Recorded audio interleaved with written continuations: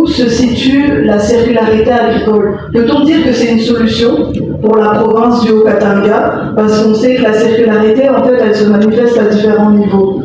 On a parlé du niveau international où Monsieur Becker nous parle de la couche d'ozone, des émissions, mais on sait que le Congo, à l'heure d'aujourd'hui, comme vous avez dit, avec la forêt tropicale, c'est un énorme puits de carbone. Donc nous, les émissions se compensent assez rapidement avec la forêt tropicale, mais nous avons des problèmes à d'autres niveaux. Nous avons parlé des feux de forêt, de l'agriculture qui prend quand même beaucoup d'espace sur le terrain forestier. Est-ce que vraiment la circularité agricole peut se positionner comme une solution au changement climatique? Merci Madame pour cette question qui en fait vise à proposer des solutions par rapport aux problèmes soulevés déjà par les responsables des villages agricoles qui, au courant de cette saison agricole, les questions liées au changement climatique se sont posées au point de réduire de manière drastique les rendements des cultures en ce qui concerne naturellement le maïs. Et les collègues experts dans les questions des changements climatiques ont donné les raisons de ces changements, les causes et quelles sont les conséquences. Le collègue Becker a voulu expliquer ce qui se fait au niveau des minéraux avec les éléments qui doivent s'adapter au changement climatique afin de continuer à produire dans ces contextes. Alors, la question que vous vous posez, c'est de savoir qu'est-ce qu'on peut faire, est-ce que la sécurité agricole devient une solution, qu'est-ce qu'on peut faire de manière concrète. Je veux déjà dire ici, à l'intention de l'auditoire, que vous-même, vous travaillez avec la faculté de sciences agronomiques sur ces questions. Donc, s'il y a des éléments à avancer par rapport à ce qui est fait pratiquement, vous pouvez compléter. Mais je voudrais situer la question de sécurité agricole dans les concepts de base. En fait, ça s'appuie sur l'économie circulaire. Donc, dans ces concepts, on ne peut plus parler des déchets. Ce qu'on pouvait considérer comme déchets, on doit plutôt les considérer comme étant des matières secondaires qui doivent être valorisées afin de pouvoir obtenir encore des biens économiques. Donc, en termes clairs, quand on parle de la circularité agricole, on voudrait donc considérer tout ce qui pouvait avant être considéré comme étant déchet, considérer cela comme matière première. Donc, ça doit rester au niveau des voilà pourquoi, dans le cas de la sécurité agricole, on se base sur les principes qui valorisent la permaculture. Donc, ça devient une solution, madame, par rapport à votre question. Pourquoi?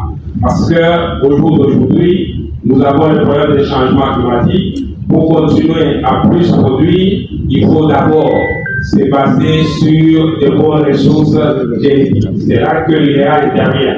Donc, on doit arriver à obtenir des variétés qui soient tolérantes aux ennemis des cultures, notamment les maladies et ravageurs, avoir des variétés qui puissent être tolérantes à la sécheresse, qui a un lien direct avec les changements climatiques. Quelqu'un peut me poser la question de savoir pourquoi il a évoqué les maladies. Il faut dire que les maladies ont existé avant les changements climatiques, mais dans le contexte des changements climatiques, il y a des maladies qui se sont ajoutées, et même d'autres ravageurs. C'est le cas de ce docteur africain dans la chérie légionnaire qui est venu en Afrique ici, alors que c'est une chérie d'automne va se baser sur le principe de monter sur la fertilité naturelle ou potentielle des sols. C'est que, ici, comme solution, monsieur le professeur Didier, c'est que dans le cadre des villages agricoles, il faut que ces encadrés puissent être accompagnés par des experts du domaine pour commencer déjà par choisir quels sont les bons sols à utiliser en se basant sur la potentialité, potentielle, la fertilité potentielle de ces sols. Parce que dans le cas de la sécurité agricole, on se base aussi sur l'agriculture régénérative. Ça veut dire qu'il faut compter sur ce qu'il y a déjà au niveau du sol. Le deuxième problème qui peut être considéré comme une solution dans ce concept, c'est le choix des moments des semis.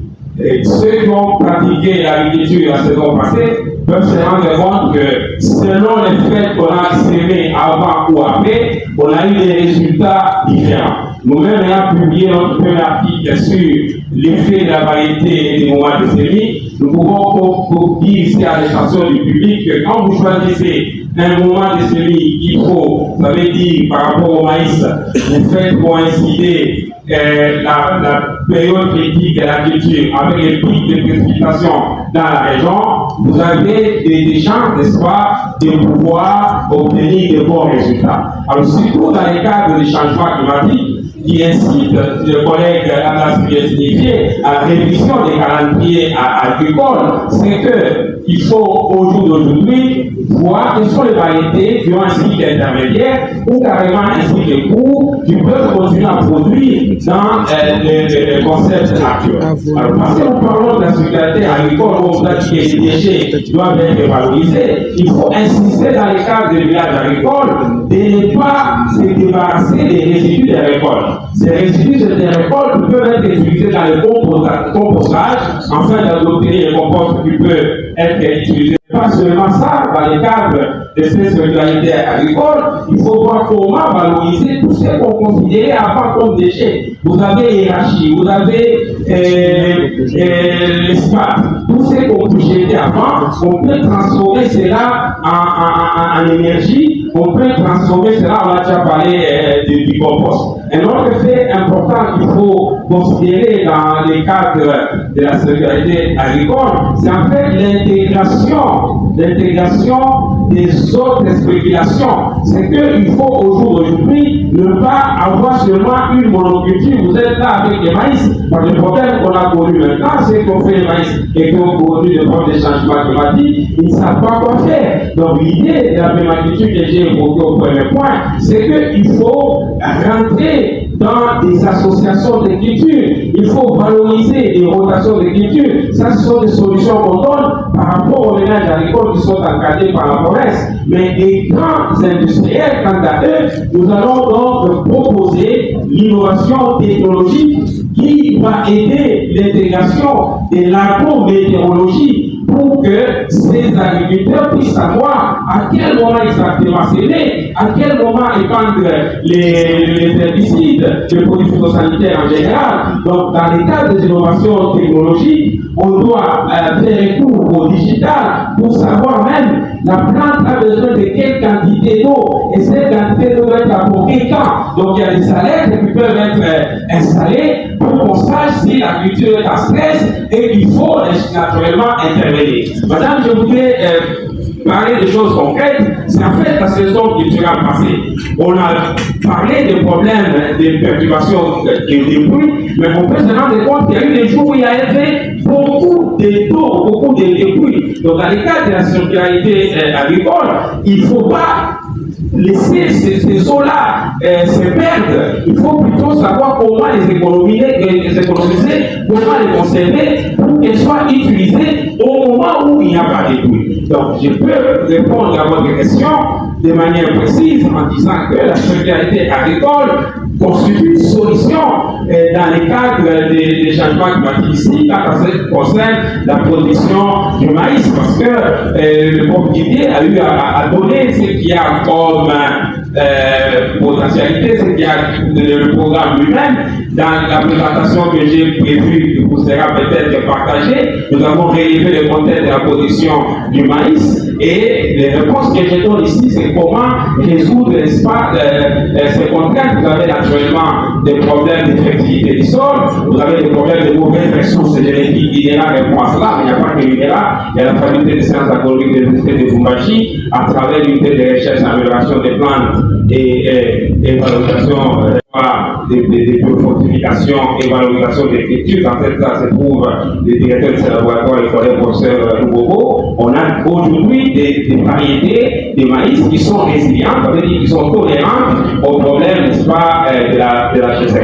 On a parlé des pressions, des maladies ravageurs, des changements climatiques accentuent ces problèmes-là. Comment les résoudre? Il faut donc penser à l'intégration des cultures, à l'association des cultures, parce qu'il y a des techniques qui peuvent être utilisées pour réduire, n'est-ce pas, l'impact des ennemis des cultures. Et globalement, l'autre contrainte, c'est le problème, n'est-ce pas, des mauvaises pratiques culturelles. Là, je voudrais aimer la présence de son Excellence, Monsieur le Ministre. Je pensais qu'il pouvait rester avec nous pour suivre ces panels, mais qu'à cela ne tienne, à travers le procès du dé pourra avoir ce que nous voulons dire ici. Ça ne suffit pas de donner les intrants aux producteurs agricoles sans les accompagner. Madame, tout le monde est convaincu ici qu'on ne peut pas avoir une formation hospitalière, ça veut dire un hôpital sans médecin, je veux dire qu'on ne peut pas non plus avoir une ferme sans ingénieur agronome. Il faut que les agriculteurs soient accompagnés par des techniciens qui peuvent appliquer toutes les notions, même des accompagnements. Donner les états agricoles aux agriculteurs sans accompagnement, on ne peut pas arriver à résoudre les problèmes que nous voulons résoudre. Parce que, je vais vous dire ici, pour ceux qui ne le savent pas, j'étais parmi les orateurs de la table ronde, pour ne pas dire organisateurs, parce que c'est le gouvernorat des provinces que nous saluons ici, et les rectorats de l'Université de Boubachi qui avaient organisé, et nous étions utilisés comme experts, et nous avons recommandé dans le cadre de ces programmes qu'il faut accompagner les agriculteurs. Sans accompagnement, ça devient difficile de pouvoir obtenir des résultats probants, surtout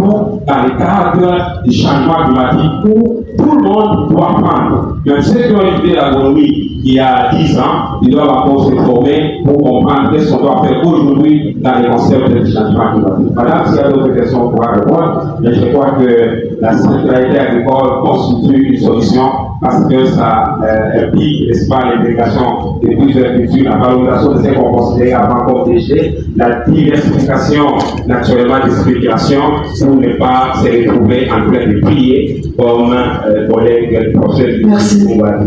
Merci beaucoup pour votre intervention, professeur Lucien. Effectivement, vous avez énoncé. Merci beaucoup pour votre intervention, professeur Lucien.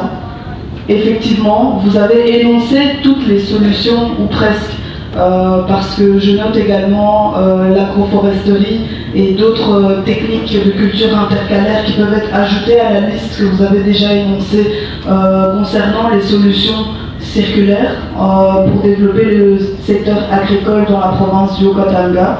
Alors ici, il y a une autre réflexion qui peut se poser, car nous avons parlé de circularité agricole, c'est un nouveau concept, mais ce sont des pratiques qui sont réalisées déjà depuis longtemps. L'idée est de réduire en fait l'apport d'intrants chimiques, que ce soit en termes d'engrais ou de pesticides, et de trouver des solutions biologiques qui puissent, comme vous l'avez dit, réinjecter les ressources directement, soit dans les chaînes de production, soit dans le cycle de vie des cultures, pour éviter un maximum le déversement des déchets.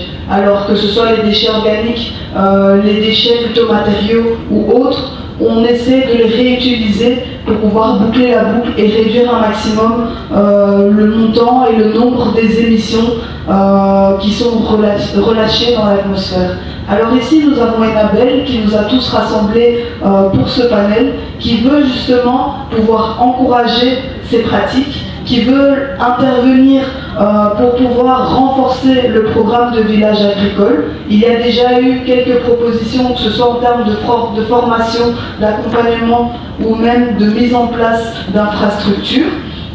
C'est pourquoi ici, M. Ben Kadima, il est présent pour pouvoir nous expliquer. J'apprécie beaucoup, en tout cas, les interventions de tous les intervenants, très enrichissantes. Mais principalement, je vais m'adresser au professeur Didier Thibault. Le projet village agricole, comme vous l'avez dit, ça a déjà presque 8 ans dans son concept. Alors, vous continuez à parler du cap de 600 000 tonnes.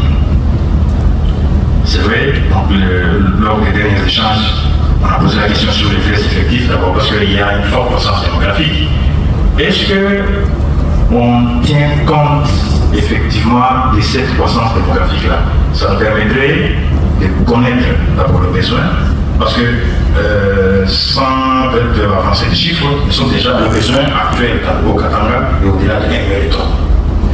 Maintenant, est-ce qu'on peut revoir les statistiques et aussi voir maintenant quel est le niveau actuel du besoin en termes de maïs et peut-être voir maintenant le gap, qu'est-ce qui reste à compléter. Ça nous permettrait maintenant, par rapport au temps, est-ce que nous évoluons positivement ou nous stagnons ou voilà, nous reculons.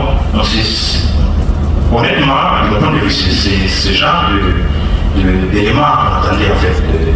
Autour de 1200 mm de précipitations. Quand on parle de la sécheresse, je m'excuse en faux.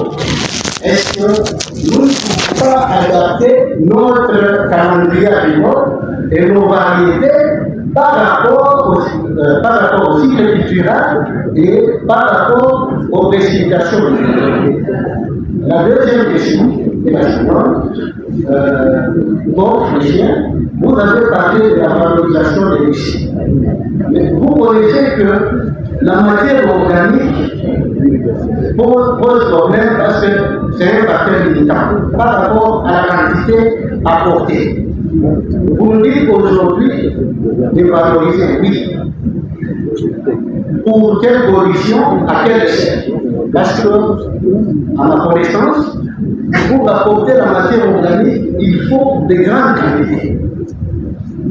Pour un État, nous pouvons aller de 15 tonnes à 30 tonnes. Merci, je résume bien. Merci pour cette question, chers confrères. Par rapport à la première question, je vais dire ici que nous avons pu insister sur des perturbations climatiques. Et quand nous avons parlé, nous avons indiqué les faits, par exemple, pour l'année passée, on a eu des temps où il y avait beaucoup d'eau, de pluie, et des temps où il y avait des périodes sans eau. C'est justement ce que vous dites. Dans le cadre de la province du Haut-Katanga, il faut voir quelles sont les variétés qui peuvent supporter ces périodes où on n'a pas d'eau. Pour l'année passée, c'était quand même une situation particulière. J'étais en train de regarder les collègues de Becker pour lui demander quel est le niveau d'eau qu'on a eu l'année passée. Je crois qu'on n'a pas atteint les 1200. Donc le problème commence déjà et il est temps de pouvoir prendre des variétés qui peuvent tolérer la sécheresse, même si on ne peut pas déjà parler de la sécheresse dans les cas de Haut-Katanga, mais on parle plutôt des périodes de préoccupation où pendant qu'on a besoin de l'eau, il n'y a pas assez d'eau, il n'y a pas la pluie. Donc on a parlé de comment économiser. Nous avons indiqué les faits, par exemple, pour l'année passée. On a eu des temps où il y avait beaucoup d'eau, de pluie, et des temps où il y avait des périodes sans eau. C'est justement ce que vous dites. Dans le cadre de la province du Haut-Katanga, il faut voir quelles sont les variétés qui peuvent supporter ces périodes où on n'a pas d'eau. Pour l'année passée, c'était quand même une situation particulière. J'étais en train de regarder les collègues de Becker pour lui demander quel est le niveau d'eau qu'on a eu l'année passée. Je crois qu'on n'a pas atteint les 1200. Donc le problème commence déjà et il est temps de pouvoir prendre des variétés qui peuvent tolérer la sécheresse, même si on ne peut pas déjà parler de la sécheresse dans les cas du Haut-Katanga, mais on parle plutôt des périodes de perturbation où pendant qu'on a besoin de l'eau, il n'y a pas cette eau, il n'y a pas la pluie. C'est pourquoi on a parlé de comment économiser cette eau pour être dans les cadres de la citoyenneté agricole qui suppose qu'il faut bien utiliser les ressources. Parce qu'on peut se faire avec beaucoup d'eau, c'est pas économiser, et après on commence à se plaindre quand on a des périodes où il n'y a pas d'eau. Quant à ce qui concerne la matière organique, nous sommes dans un cadre concept. Madame Léna a même précisé que ce qu'on peut essayer, c'est réduire l'usage des produits phytosanitaires, réduire l'usage des engrais chimiques. Alors si on doit réduire dans le cadre de ce concept d'usage des engrais chimiques, on doit donc faire recours à la matière organique. Alors le concept de lui-même ne voudrait pas qu'on puisse jeter, n'est-ce pas, les déchets, parce que comme vous le savez, en basant sur les 4 lois de la fertilisation, il y a la loi de la restitution. Donc ces déchets-là ont eu à prendre des éléments minéraux, il faut les remettre dans le sol pour qu'ils puissent restituer ce qu'ils ont eu à prendre. À petite échelle, ça marche. Parce que vous parlez des quantités, ça devient difficile pour des grandes firmes. Voilà pourquoi dans le cadre de ces assises, nous avons proposé plutôt des innovations technologiques pour résoudre les problèmes des changements climatiques pour des grands producteurs. Et les petits producteurs, c'est qu'on recommande l'association des cultures, on recommande d'utiliser la matière organique, on recommande actuellement de procéder par des rotations. J'étais aussi aidé au cours en 2016 quand j'ai représenté le pays dans une conférence à Nairobi sur la transformation de l'Afrique au niveau de l'agriculture au niveau de l'Afrique, en présentant la CDP cabinet du ministère national de l'agriculture, pêche et élevage.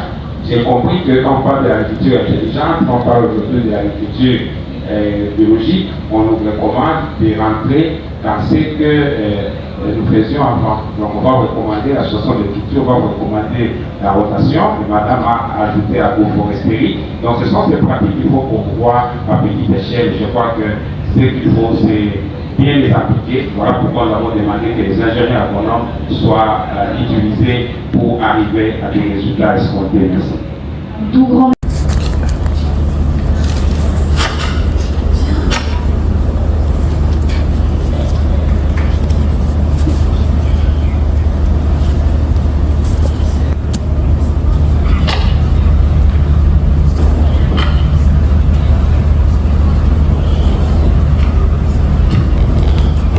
Merci pour la parole. On m'appelle Monsieur Bouchid.